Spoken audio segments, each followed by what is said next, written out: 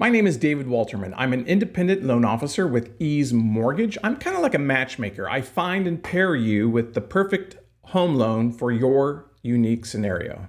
There are many different loan products when it comes to buying a house. There's FHA, conventional, VA, USDA, jumbo, bank statement, asset depletion, DSCR for investment property. But far and above, most home buyers are going to fall within the category of either an FHA or a conventional loan. So between the two, what's the better choice? Let's talk about the differences between the two. First of all, credit scores. FHA will allow a credit score all the way down to 580 or above. In fact, in some cases, you can get an FHA loan with a credit score all the way down to a 500, but you'll need to put at least 10% down. For a conventional loan, you'll need a credit score of at least 620 or above. Side note, FHA loans tend to be a little bit more forgiving and lenient on past credit issues.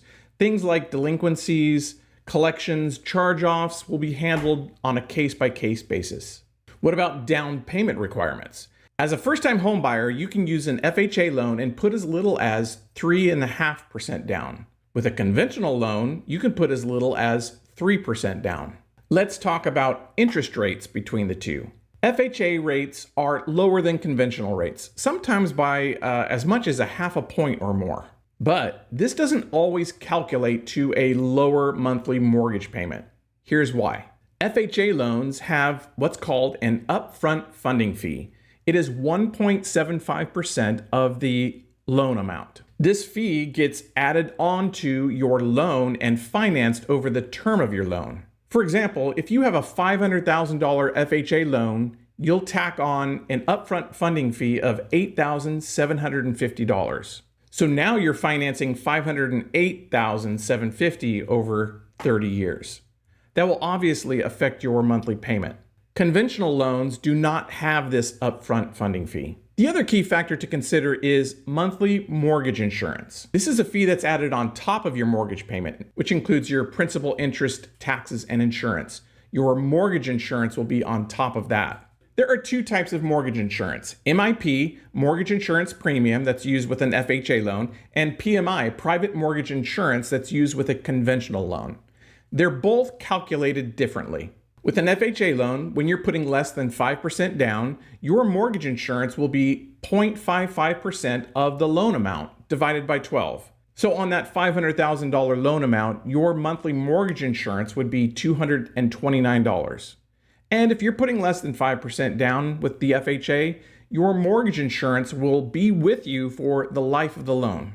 Whereas with a conventional mortgage insurance, it will fall off once you reach an 80% loan to value, which also means with a conventional loan, if you're putting 20% down or more, you will not have the monthly mortgage insurance. Whereas with the FHA loan, you will have monthly mortgage insurance regardless of how much you put down. Conventional mortgage insurance is calculated by different factors such as your loan amount, how much you're putting down, and your credit score. Your credit score can have a huge impact on how much you pay in monthly mortgage insurance. With a good credit score, you could potentially pay substantially less than you would with an FHA loan. The difference might seem negligible, but when you factor it in over the life of the loan, it can be huge. And the last thing to consider between the FHA and conventional is the appraisal process. Oftentimes, FHA appraisals can be a little tricky and cause delays. The FHA appraisal is much more stringent and will flag any type of safety hazard, such as roof,